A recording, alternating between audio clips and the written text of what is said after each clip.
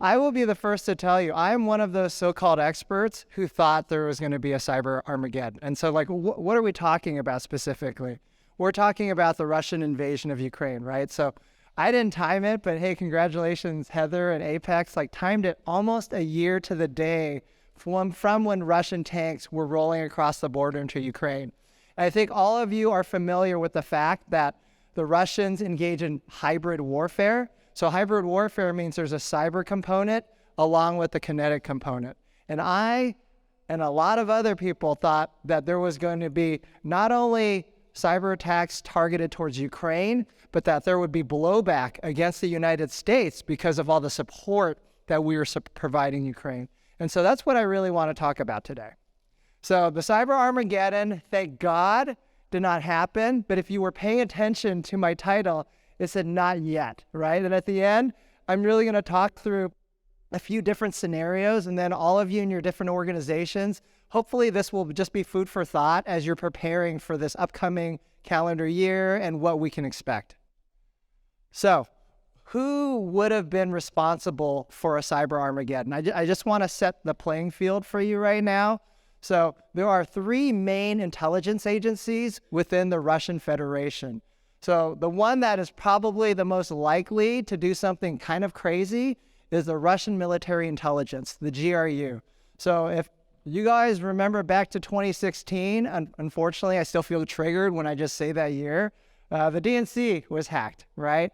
And all of the disinformation and the hack and leak operations committed by 2 units of Russian military intelligence that year. Well, guess what? They haven't really stopped, and they are continuing to do that. So Russian military intelligence, they do lots of different types of cyber warfare, which I'm going to talk about a little bit later. However, they're the most likely suspect when there is any military operation. Number 2 is the FSB. That is the domestic security agency for the Russian government. So I think the equivalent, actually there's a couple of equivalents. FSB is like a combination of the FBI, Customs and Border Patrol, and ICE all wrapped into one.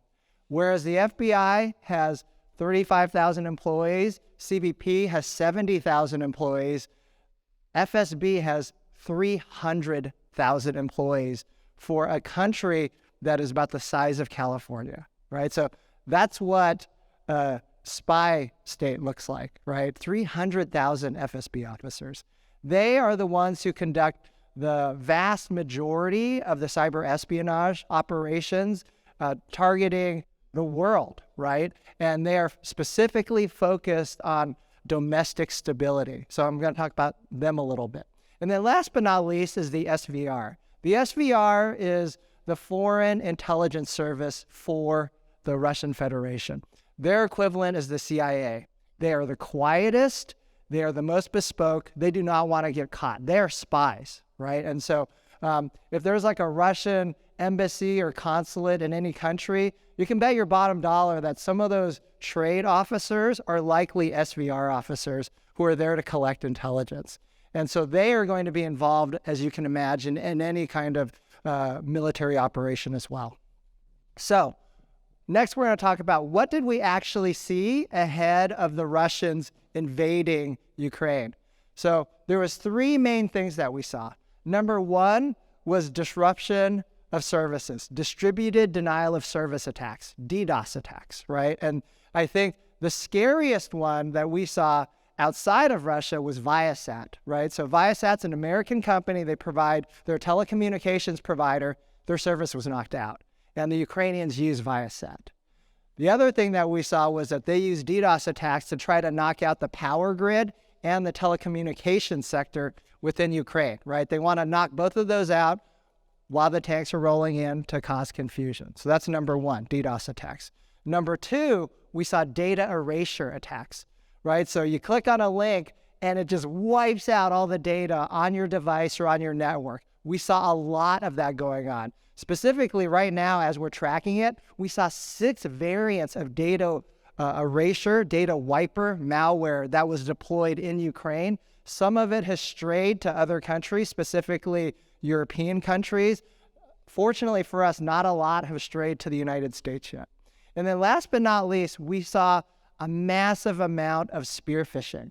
So I think all of us have experienced spear phishing, or at least phishing emails, right? Someone sending you an email, pretending to be someone else, trying to get you to click on a link or an attachment. We saw a lot of that. In my experience, I think we saw a twofold increase, like 100% increase in just volume of emails targeting government officials, right? US government officials, military officials, that sort of thing. Google just put out a report, and they saw 300% increase in spear phishing attempts from Russian-controlled accounts. So, right, so between 200 to 300%. And what do they do spear phishing for? They do spear phishing so that they can get access to your device or to your network so that they can maybe later do a data erasure attack, or maybe they just want to steal intelligence, right, to inform their own operations. So those were really the three types of cyber attacks that we saw emanating out of Russia. And what I thought was going to happen was the more support the United States and NATO was providing the Ukrainians, the Russians were going to pivot at some point and start doing those types of attacks against us. I hate to say, I'm going to knock on this plexiglass wood. We've just seen status quo at this point all of last year. I know it felt like a bad year in terms of ransomware attacks, but it's just kind of a normal year. I hate to say this is the new normal, but really that's what we saw. All right, so why wasn't it worse, right? So I've been scratching my head. I've been talking with other experts within the U.S. intelligence community, with our international partners, and really we've coalesced around this sort of consensus about why it really wasn't as bad as we thought it was going to be.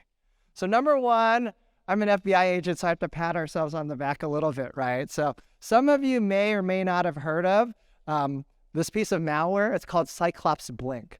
So Cyclops Blink, the industry, the cybersecurity industry, just makes up crazy names for different types of malware, different hacking groups. I don't know how they come up with these names. CrowdStrike likes to name things after animals, like Fancy Bear, Cozy Bear, those types of things. Mandiant likes to name things with an APT and a number. So it really depends on the company, but these are industry names. I didn't pick that name. I think like Dell SecureWorks picks Cyclops Blink. So what is Cyclops Blink? Cyclops Blink is a piece of malware that looks for unprotected devices, compromises them, and then makes them a part of a botnet, right? So they are zombie devices. It could be an Internet of Things. It could be a laptop. It could be a server. But what it does is it enslaves these bots, right? It makes bots, and now you've got botnet, right? Tens of thousands of electronic devices with computing power. And what do they do with them? They use them to deploy malicious software. They use them for phishing attacks. They use them to deploy the data wiper attacks. So the good news for you is that the FBI and the NSA and some other three-letter agencies who don't like to be named have been tracking on Cyclops Blink malware, which was made by the Russian military intelligence. We could see them slowly building out this ginormous botnet, and we're like, we think they're going to probably do something with this. And I think if any of you were paying attention, the U.S. government, Jake Sullivan, John Kirby, all of the guys from the White House, they were telling people in the fall of 2021, hey, we think the Russians are going to invade Ukraine. Hey, we think the Russians are going to invade Ukraine. And, not only did most of the American public not believe us, it didn't feel like the Ukrainians believed us either. I think there was a sense of denial, right? And so we've been tracking on the Cyclops Blink botnet for that amount of time. And so what we ended up doing, this was the first time, is right before we thought the invasion was going to happen, in the January timeframe, the FBI and CISA put out a cybersecurity advisory warning people, hey, here is this Cyclops Blink malware. Here are rules and indicators that you can run across your network to see if you have this. If you have this, this is how you remediate it, right? And so that advisory worked pretty well. Like we did, a scan of all devices in the United States, and it seemed like there was a 40% reduction in the amount of compromised devices in the United States, right? And so we're like, we're really worried, tanks rolled across the border, artillery shells were hitting Ukraine, and we're really worried that they're going to use this botnet. They haven't used this yet. What are we going to do? And so the FBI for the first time said, hey, we're going to develop a tool that's going to find all of the compromised devices in the United States. We're going to get a seizure warrant. We're going to make a copy of those of the malware and all those compromised devices, delete it, and then make a copy for our records. We were able to convince a magistrate judge to sign off on that, and then Operation Cyclops Blink was off to the races. We also shared the tool with all of our international partners, all of our NATO partners, and so what we ended up doing effectively was wiping out this botnet that the Russian military had planned to use to wage a bigger cyber war than they had wanted to in Ukraine. So Cyclops Blink, if you read about it, that is definitely one of the operations that I think had a big hand in making sure that cyber warfare wasn't as bad as it could have been. Number two, so I'm going to include colleagues. I know some of you are in this room right now. The U.S. government has made a concerted effort over many, many years to help the Ukrainian government with their cybersecurity. And I know I started getting involved. Some of you may remember this piece of malware called Black Energy. So Black Energy used to be a crimeware, right? It was just used to push spam ads and all of that other stuff.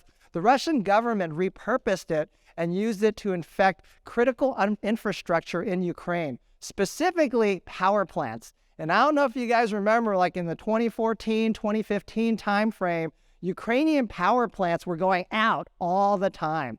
And that was because of Black Energy and then later on NotPetya, right? So Ukraine has been a testing ground for new Russian cyber weaponry, and all of the different three-letter agencies and a lot specifically from the Department of Defense has been helping the Ukrainian government really improve its resiliency around cybersecurity, because we knew that Russians liked testing all of their weaponry against Ukraine. Next, and I would say more importantly, I think we have some private sector guests here as well. I would say a lot of companies, specifically American companies, decided, hey, this is not acceptable, right? Like, we're American flag companies, and like Ukraine is a strong customer, and actually there are a lot of Ukrainian tech workers, right, that work for these companies. They have been providing a lot of support. Microsoft, Google, Apple, all of these different American tech companies, like free or virtually free, have been providing cybersecurity support to the Ukrainian government. And I would say, like, seeing this coalition of for-profit organizations actually getting together to help the Ukrainian government has been super helpful. I think one of the things, you may joke, and I don't know what you think about Elon Musk or not, but Starlink, when they deployed Starlink to help with the internet connectivity in Ukraine, Ukrainian military uses Starlink heavily for all of its communication. So it's a really big deal that American companies are helping with the Ukrainians right now. And last but not least, probably the most important thing is, I'm going to be the first one to tell you, I underestimated Ukrainian resilience, right? And I think our military experts did too. I mean, we just had Afghanistan happen. We withdrew from Afghanistan. Our force, the forces that we had trained there just folded like a house of cards. We were really worried that that was going to happen with the Ukrainian military too, and it didn't, right?